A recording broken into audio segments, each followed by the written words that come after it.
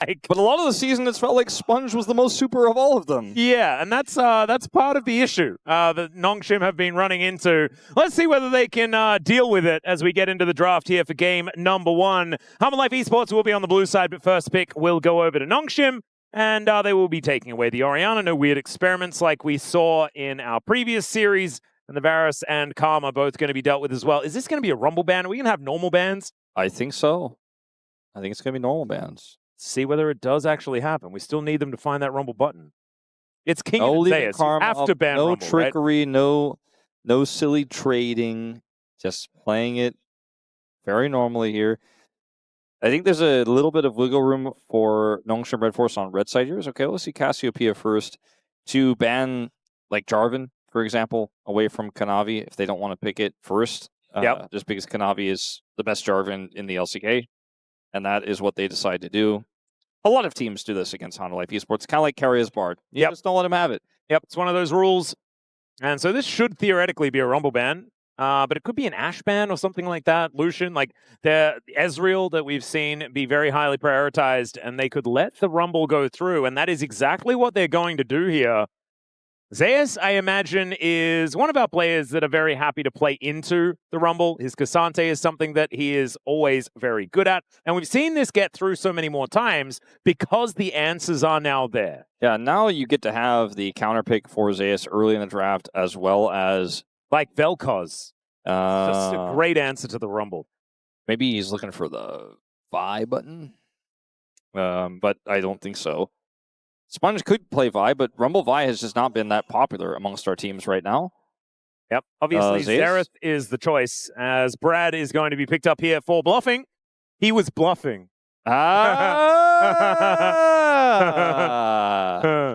I didn't get to cast Bluffing last time, so I'm excited for what yeah, neither did I. I jumped on the train early. Now that you had your turn, yeah, most people would think we're probably just done right there. But we got a whole best of 3.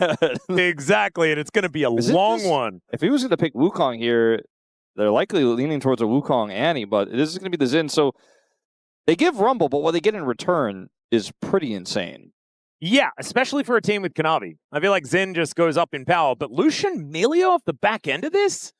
That's a lot of power. And this is also Diable's Lucian, and this guy is pretty good at the champ. You know who's good at Caitlyn, though? Oh, there he is. That was it. It's him. Oh, right there. The camera guy knew. I do feel like Caitlyn Bard can be a pretty strong matchup here into the Milio Lucian. Jhin, that's also another one. Fine in this matchup for sure. Not going to have as much of a hard pushing lane, but Jhin is at 61% win rate right now. A lot of those wins are Gumayusi's, as should come as no surprise to anyone. Pretty good at this. I think Vi is probably your first ban here as Hanwha Life into this Lucian Rumble Milio composition. Probably the most likely. You do not want Sponge to be playing.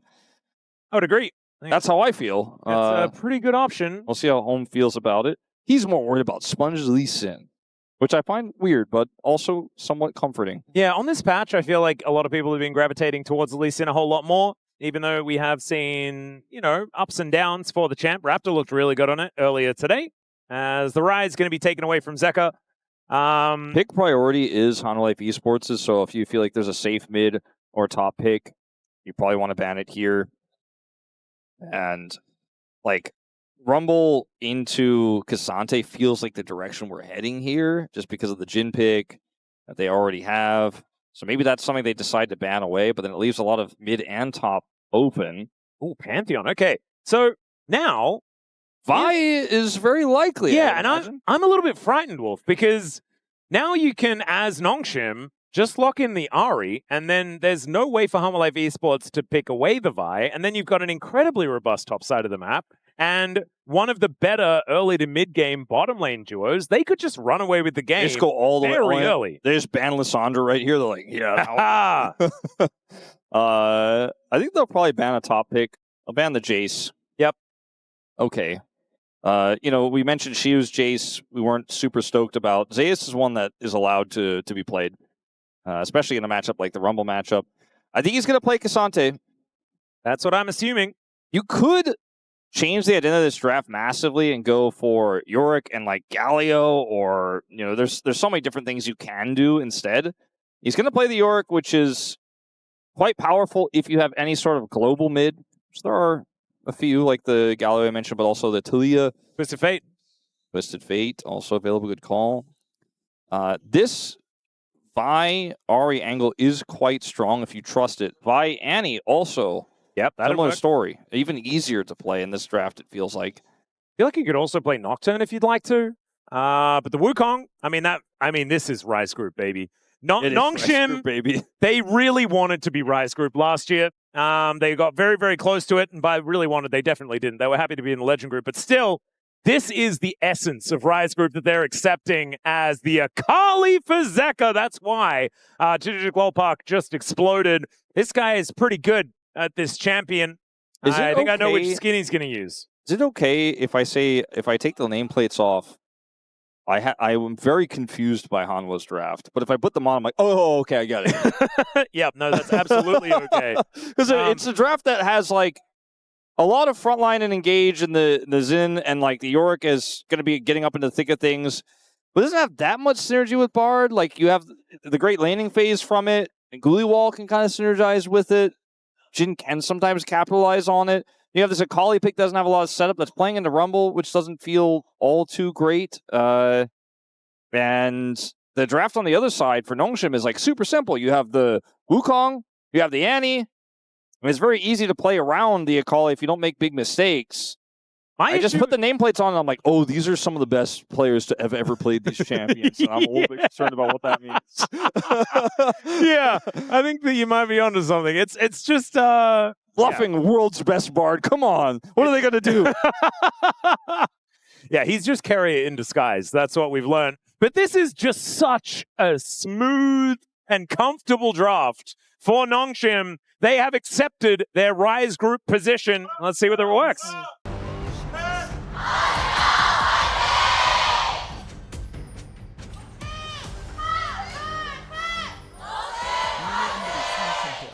Wow, that Hanwha chant was explosive.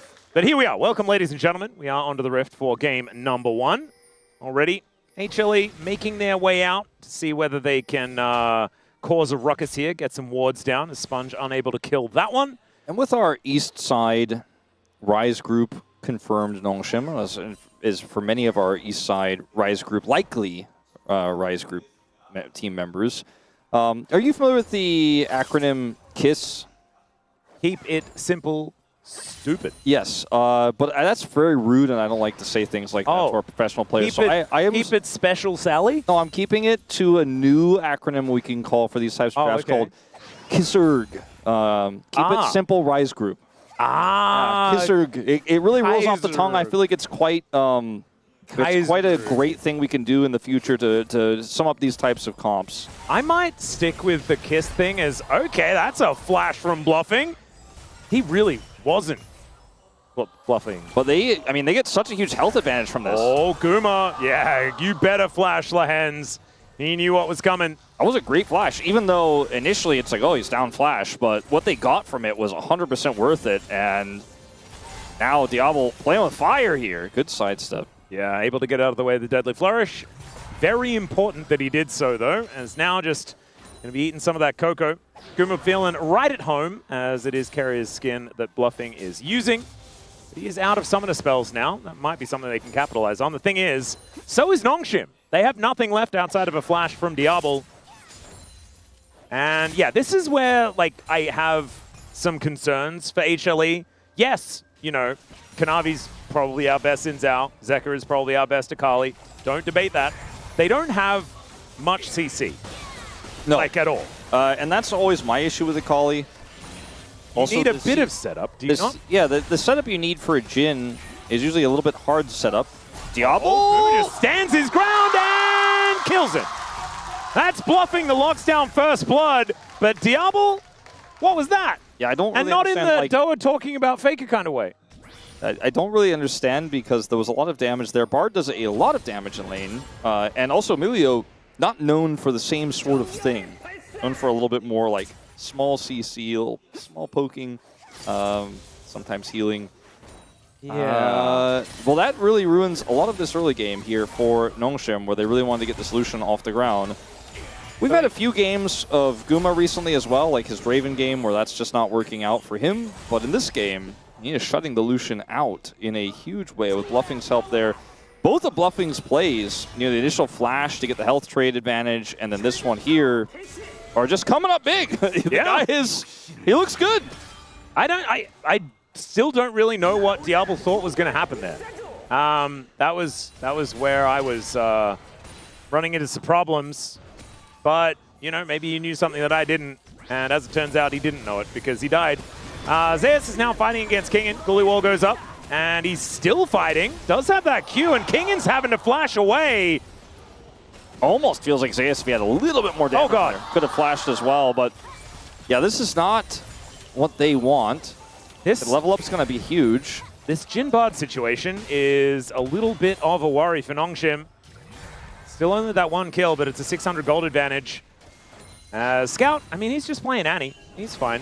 But Diable is still, he's living on 200 health. That Deadly Flourish is going to go wide, but Bluffing is just chasing after Diable. The flash in! Bluffing is likely to go down, and now Diable, I mean, he's dead, right? Yeah, Zeka should be able to come on over and at least guarantee that kill. Wanting to deny the assist, and it is going to come through. So close to getting Zeka further ahead. Instead, his roam is worthless. He is way dropped so many ways. Like, I don't even... He left so long ago. Yeah. They really wanted to hard force, but I thought, ow, that's not what he likes. But I thought with the advantages that didn't go over there to the side of Nongshim, like, it was really well played by Diable. I thought he was just going to turn around. Look at where he is on the main right now. He's pinged, by the way. So that's why Diable is like, I think we got to go in here. And Bluffing pushes forward. Double flashes on him. Guma cannot fall up. He only has 1 shot, right? So yeah, he does end up getting the 4th shot, but it's not enough damage. And then Zeka comes down here and he denies the assist. So he makes Zeka even spend more time to get nothing. So even though Diable's lane is in a real bad spot, he got a kill and he wasted Zeka's time. So, ultimately kind of feels like a net positive slightly for Nongshim. A net not as negative. Yeah, it doesn't solve the bottom lane problem, but it gives your Annie a little bit of an edge. There you go. Globally, not as terrible as it could have been. There we go. And look, they are able to get the out here. Global over here. Exactly. That's what we like. Globally, that's what we're focused on. Kanavi coming down towards his bottom side, though, as it's a 3v3. Make that a 2v3, but Kanavi's still going in, obviously. And by 3, I mean almost 4, as the decoy was involved. Zeka moving down once again, but isn't going to be able to find an angle. As Scout no teleport, but is able to walk his way back towards this mid lane. So, looking a little bit locally better this time, in fact. Yeah. For Nongshim. I would say also somewhat globally improved. Yes. They have just kind of tidied things up. They've got themselves a little bit of a gold lead now. Now they're going to start off the Drake. Yeah, they get a dragon here. Scout, no stun, but actually just kind of chilling. Should be a free dragon. It is going to be spotted by Bluffing. Yep. But nothing he can do about this. And it will just be Kanavi trying to answer as best he can elsewhere. Zeka does not have teleport, so this was likely a plate to Scout here in the exchange. And he's so far ahead. Zeka's roam really cost him big in this lane. As you can see the difference in items here. Yeah, and it actually reminds me of what happened to Showmaker in our last game, right? Oh God, Zeka could almost just be dead. Oh, it's a 2v1. I mean, it's not very fair. Tibbers and Annie. As now Kanavi going to walk down the red carpet. Yeah, he's pretty famous, but that's going to do a fair bit of damage. Does have to use the Crescent Guard in order to keep himself alive. His Sponge. He wanted to find an angle there, but does not quite get it. When becomes lightning to slow him down. Such a classic Kanavi. Things aren't going well on the other side. I'm going to take their Krugs. Yeah, and he took their red as well. He was making sure that he punished Sponge for taking that dragon. As Kingen dealing with the Maiden here. As Zeus is not afraid of anything on this Yorick. No, and I don't think he should be yet. Or ever, maybe. Yeah. Oblivion Orb tech is kind of cute from Kingen, though. Yeah, no, we've seen this a few times. It does feel really nice into Yorick. Can allow you to have these more extended trades without just getting outsustained. I look at this game state now, feeling like... Sure, okay, Kingen? Flash Ghoulie Wall from Zeus. As Wind becomes lightning, Kingen becomes dead, and HLE become in the lead.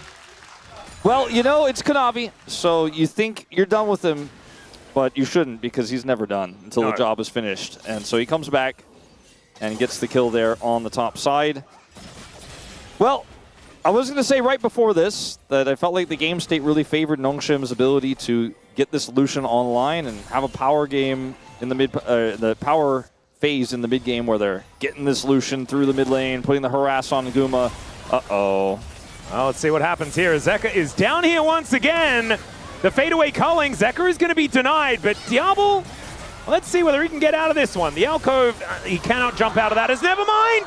They're going to turn it around. They teleport him from Scout, and Sponge is on his way down as well. Zeka's hit by a bear, and he wants to desperately make it to the turret, but he's not going to be able to do so. Diable is going to live, and they're going to take some plates for their trouble. And Guma's not going to be able to farm right now as, well, maybe he can actually get to that turret. Bluffing does not have level 6. As we're going to see another equalizer here for Kingen. Not my favorite. That was kind of weird. Do we have Huni? Huni will have some opinions about that, I think. Yeah, I was wondering whether he's like sitting on the space or anything like that, whether he could give us an expression or two. Because it was not my favorite. Yeah, I'm not always like 100% on board with space pips, but I'm down with it with Huni in this situation. But watch this kick from Lehends. Watch Zeka tries to flash it, and he fails it. Lehends gets him with the kick. Zeka was 100% predicting that, but that's one of the big difference makers here because it buys just enough space for this teleport here. It's a turtle port from Scout to get down. He has the stun. The bear drop is real, and Sponge is just kind of calculating whether he needs to go in here or not. Does ultimately go in, but doesn't use his Cyclone, and they help pick up the kill. So he's not here. That's how he feels about it. That's actually how he feels about it. I think that's pretty accurate. Yeah, I think he probably was too disgusted he needed to go and you know, buy a drink from the vending machine or something like that. I can just imagine who's voice is. It's not for the ghoulie wall. It's not how you use it. You cannot burn the ghoul. It doesn't even work. Yeah. In Zelda it does, though. Isn't fire actually pretty good? Yes. Never mind. Sponge going to have to flash out of said ghoulie wall. And there's the Cyclone that he saved earlier. Throws down the Q, and that is a dead Zeus. Wolf, do you remember sometimes the Rise tech works. Do you remember that game we had earlier today where I was like, this one team has a comp that isn't really a comp, but like they really like the champions? Yeah. I feel like I'm just watching that again here. And the other team has a real comp. And the other team is Nongshim. And, okay, Scout may have to flash. Yeah, Kanavi still exists. No, he got the stun, though. There we go. Diable does get deadly flourished this time around, as the culling is going to be the answer. Gumayusi actually walking aggressively. Tempered Fate will be able to buy the space here for Guma. Bluffing actually playing that one well, but Diable is just going to kill Guma anyway, and he's done with it. Going to give the kill over to the Bard as Zeus had teleported in, but isn't able to claim the Lucian. So he kills the enemy AD carry, denies the kill to Guma, and they get the teleport out of Zeus. So now the Yorick is teleportless, and it's free play gold to Kingen. This is one of the best played, catastrophically losing lanes I've seen from a Lucian player. Yeah, he's actually having a great time. And Bluffing, not so much. They're trying to turn the favor of that battle with the ultimate, but Jhin still not able to get to his full shots, not able to fire during the stasis. Man, and Nongshim are like series of events. It feels like they've stolen a pretty nice tempo advantage in this early game that their comp was supposed to get, but now has. Yeah, I feel like Nongshim aren't doing the pretty thing; they're doing the practical thing. Yeah, you know, they're killing the champions and winning the battles. They aren't killing this dragon though, by the looks of things, unless Sponge has something to say about it. Going to see whether he can get in here. Scout moving his way over as well as Warrior Trickster is on in. Lehends going to get taken down as the equalizer just onto Gumayusi, and that will be enough to take him down. In the meantime, though, HLE just kind of wrecking them. Diable's got scuttle speed. He is going to get out. Well, oh dear, in goes Zeka looking for an angle here onto the Lucian. He's out of his shroud and he just gets wiped out. And now Kingen's going to lumber on over. The culling working like a typewriter, but isn't actually able to hit onto Kanavi and Zeus, and they have to vacate. Sponge is able to pick up the Drake. Oh my goodness. Rise Group Tech, baby, it's working. This game starts to feel like it's very quickly approaching its end if this continues to happen. Like, it's only one kill the advantage to Nongshim, but they have 1,500 gold the lead, and this Lucian and Annie are so huge that, like, I don't know what to say. Now, this is just going very far back to the earlier play down here on the bottom side. Diable dashes forward, gets half of Guma's health bar. It does not sidestep the flourish, but it doesn't really matter that much because he actually has the damage to go forward here. They also know that this teleport is coming through, so it's in Diable's best interest to get the kill and use everything for it, because it's a one-way ticket. Yeah, he thought about that so incredibly quickly, by the way, and he was like, I'm gonna die. Sponge is like, okay, this is looking a little messy. Okay, speaking of messy, that's not Lionel. No, that is a dead Annie. Tibbers follows suit, but we're not going to show that. Okay, I'm not sure what happened up there, but I think Scout died. Yes, I just don't know how the lead up to that happened. Oh, it's not important. That's not what we're about. Okay, well, the replays do happen. We do kind of, like, sometimes we're like, I don't really want to know, and the replay is like, well, here's what happened. This is one of those games where it's either we show the replay or we show the game. Yeah. It's 14 kills at 14 minutes. Kill a minute ain't bad. We take those. They're like, hold on, wait for Bluffing. Is he staying? We're going to wait on that replay? Okay, it's fine. Oh, we're back to the other replay, though. Okay, so this Cyclone here is Zeka's undoing. This is why I don't like Akali and Wukong, because you just kind of go, oh, you're in your shroud? I'll spin through it. Yeah. And, yeah, you know, it's just a greed. Okay. Scout has been very deep in side lanes this year. Yeah. Like, sometimes I'm like, you don't need to proxy the wave. You don't know where anybody is. I mean, he got the plate. Maybe he said worth. If you said it in all chat, then we cannot deny it. As over here, we do see a bit of an invade into the jungle from Sponge, because they had that push on the bottom side. I don't know if this is going to amount to too much. Yeah, look at Diable's here. Okay. He's going to walk into the Crescent Guard.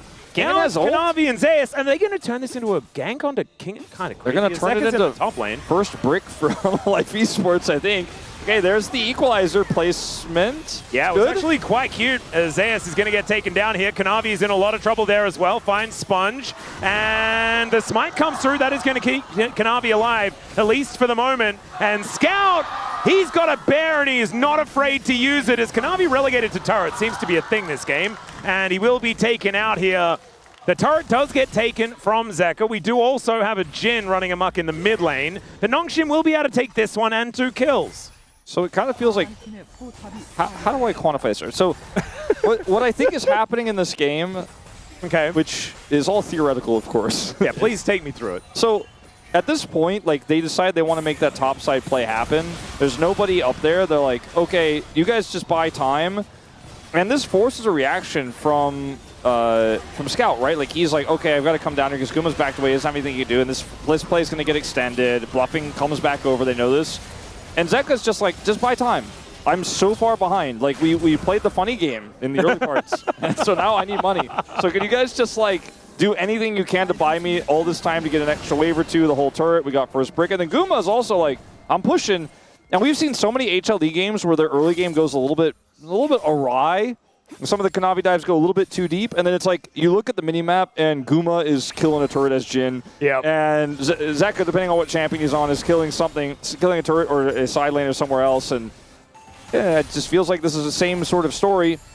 The Akali is behind, but still, because of all that extra money she has, in a pretty stable spot here for a mid-game team fight. Yeah, only 400 gold is not really end of the world or anything like that. Scout is still going to be very strong and does have his Malignance now online, but with the Gunblade, I don't know whether Diable is exactly going to be the safest Lucian on the map right now, although he is the only Lucian on the map, so I guess he probably always will be. Gumayusi comes on over looking to try and defend this and will be able to do so. That plate will be denied. And there is now a dragon coming up in 27 seconds time. I think that's probably going to be the next thing that we're looking out for, but HLE were able to take the Rift Herald, and so Kanavi can throw that one down, and will do so immediately. He's not a man to waste time, is he? No, not really. He is going to come over here and set this one up. They're going to see a defensive TP here from Kingen. All right, I think they're going to try their best. Oh, Sponge is getting over here. Magical Journey not going to be taken. That's an equalizer. It is. It's right there on the ground. At least that's what it looks like. Yeah, thanks, Wolf, for the confirmation. I wasn't entirely sure because it was weirdly timed. And weirdly placed, but they got the prio from it. It's not going to have any combat power in the dragon, and they're spending a lot of time. And Hanwha Life eSports is just out macroing them again, and they're going to make first turret into second turret in the top lane, and now they've got TP. Teleport. Okay, so Zeus manages to take the turret, like he was talking about, brings the Maiden down here as well, as Nongshim setting up on this one. There's a flank angle from Zeka as well, as Bluffing takes the world's shortest magical journey. And Zeus' health bar is gigantic with that extra shield. As Deadly Flourish connects onto Scout. They're looking to try and peer in for any vision, as the curtains have been now called. Let's see whether Kanavi can get on over here as Zeka turns up. That's going to be the secure of Soul Point, but Zeka gets in, and the perfect execution takes down the Annie. The backflip is not going to be enough, but it's Diable getting so much of the damage down. Will get stunned up here as Gumayusi is trying to keep himself alive. Kanavi's very dead though, and Diable is on the warpath. No Ghoulie Wall will stop him, although that one, it did a pretty good job. I think he's still in prime position to kill Zeus here, although... Yeah, Morning Mist comes down, and there is the Ardent Blaze. And he will be able to pick this one up with a Light Slinger. There it goes. Diable 7-3-3 after that early game. Yeah, he's pretty good. We knew it. We've always known it. But with this comp, it gets pretty simple. Speaking of simple, I think Hanwha Life eSports wish their comp were, because it's very tricky. They start off with a Jhin ultimate here. They're trying to push on the Scout. And then look at this collapse attempt from Zeka. He gets the kill, escapes, but the rest of the fight is in tatters because they're just walking into a choke point to Kingen's Q. He does so much damage and puts up the shield and takes Kanavi out of this fight. And now they're a Jhin comp. This is my favorite thing to say this season. Every time Hanwha Life eSports lose the Jhin fight, you're like, well, Guma's positioning was great, but he can't do more here, actually. He did everything he could have in that fight, and they're just going to lose it. It's 1,500 gold now behind. And it's not the end of the world, Wolf, but there's almost a Mountain Soul. It's like the comp that has great team fighting power and a little bit of side lane pressure with the Yorick is just not team fighting well, but killing all the structures.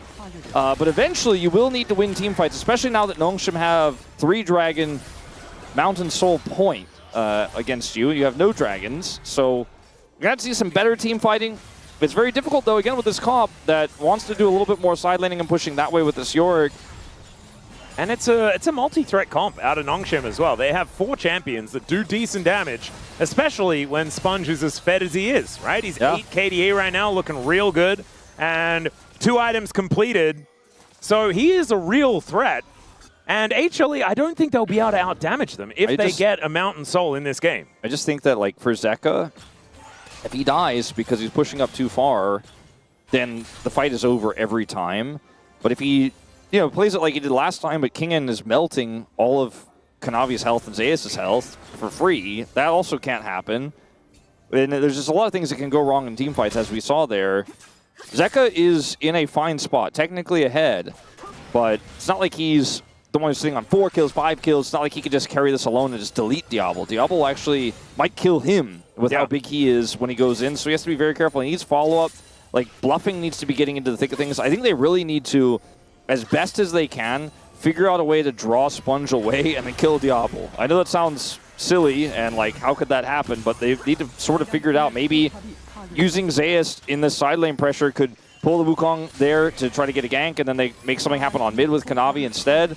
Something like that I think needs to happen if HLE are going to get back into this game. It's only 1,200 gold to lead, but there are a lot of problems with their composition. It's not easy to execute, as here's a TP from Scout behind. All right, looking for that angle. Stuck. Oh man, Sponge is so ready for this Cyclone. Throws it out, and Kanavi, I mean, this is a Dusk and Dawn build. He's not tanky at all. The culling is going to be thrown down preemptively, but Kanavi healing up so incredibly much. He gets out of the way, and the curtains, they've been called as well. Diable's able to take down Zeus, though, and Zeka is soon to follow. Lehends just healing everyone up, keeping them away from death's door. And Nongshim will come out ahead, even though it was looking a little more difficult than I expected. Yeah, it's very tricky for a Scout to get the multi-man stun there because he doesn't have vision, but he knows where they are, generally speaking.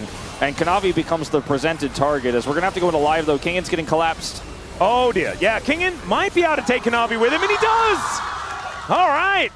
That was pretty clean, as now Sponge is just going to... Well, I guess you don't need me. As they do go 1-for-1. That's pretty unfortunate timing. I mean, Kanavi will be up, but he's going to have to run straight to this dragon. As we'll try replay attempt number 2, where Kanavi gets most of his health bar blown up, and then you see Bluffing try to help him, but because he's trying to save Kanavi, and like you said, the healing was pretty absurd, he doesn't have his ultimate for the fight here where he really needs it. As, like, again, Guma's doing everything right, but his team is just into this awkward state where he can't really do more. Like, he's doing his ultimate, he's doing a lot of damage from far away, he's very safe.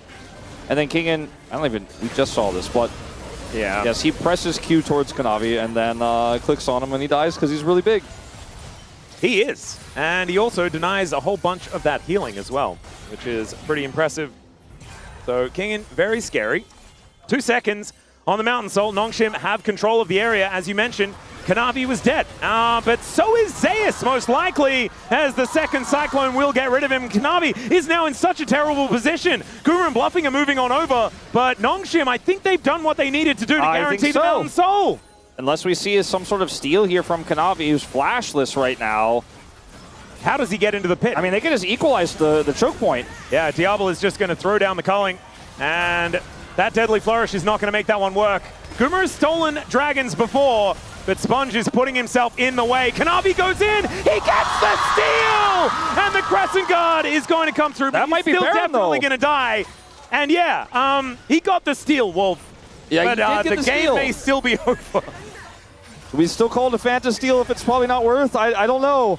But I gotta say, this Baron will happily be taken by Nongshim, as Bluffing does have his ultimate here to try to mess this up. Let's see if Nongshim can split a little bit here. All right, can Kanavi do it again from the Death Chamber? That's the question. Gumayusi coming on over here as well. Tempered Fate goes in. The Equalizer makes it very difficult to approach, though, as this is looking awkward, honestly, for Nongshim. Kingen's still in the back of the pit, does have his flash available, does use it now to get over the wall. It will be the secure on the Baron for Nongshim, and down goes Zeka immediately afterwards, and now Diable has been unleashed.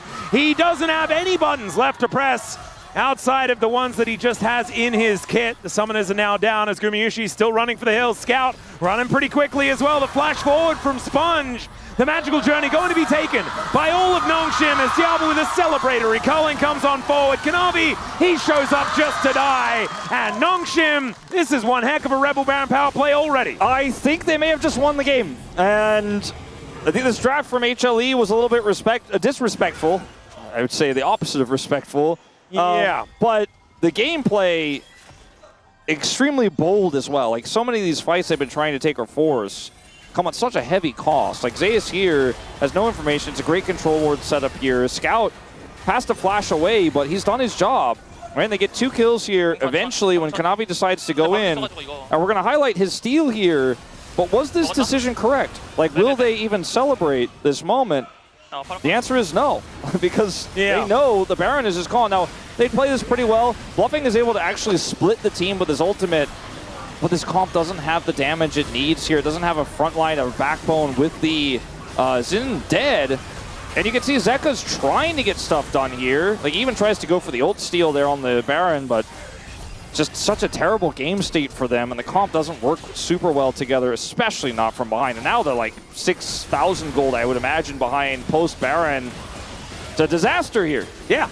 And draft matters, it really does. It's really important. And you were mentioning it. I've forgotten what your acronym was. Kizerg. Keep it simple, Rise Group. Yeah. Kizerg. Kizerg. Yeah, Kizerg is one heck of a strategy, and Nongshim have utilized it absolutely beautifully. Equalizer goes down. That's to get them away from this inhibitor turret. As Nongshim, they've taken away 2 extra turrets so far. Kanavi going in. I don't know whether it was exactly the best move as he gets his health bar halved, and now another minion wave will conga line forward. Wall immediately just disintegrates, as the fire kick actually working out pretty well at the same time. Nongshim will be able to break open the base here on this bottom side. And Hanwha Life eSports are kind of reeling. There is the curtain call as the Tempered Fate is going to lock Kingen in position. Sponge decent sidestep, but the Milio is so high value in these moments, and Zeus is just dead. Nothing he can really do about it. Diable is frontlining, and Zeka, can you find an angle to save this game is the question. Diable dashing forward into Nexus turrets might help him out, but I think he's able to do so. I think he's just able to play with this level of reckless abandon.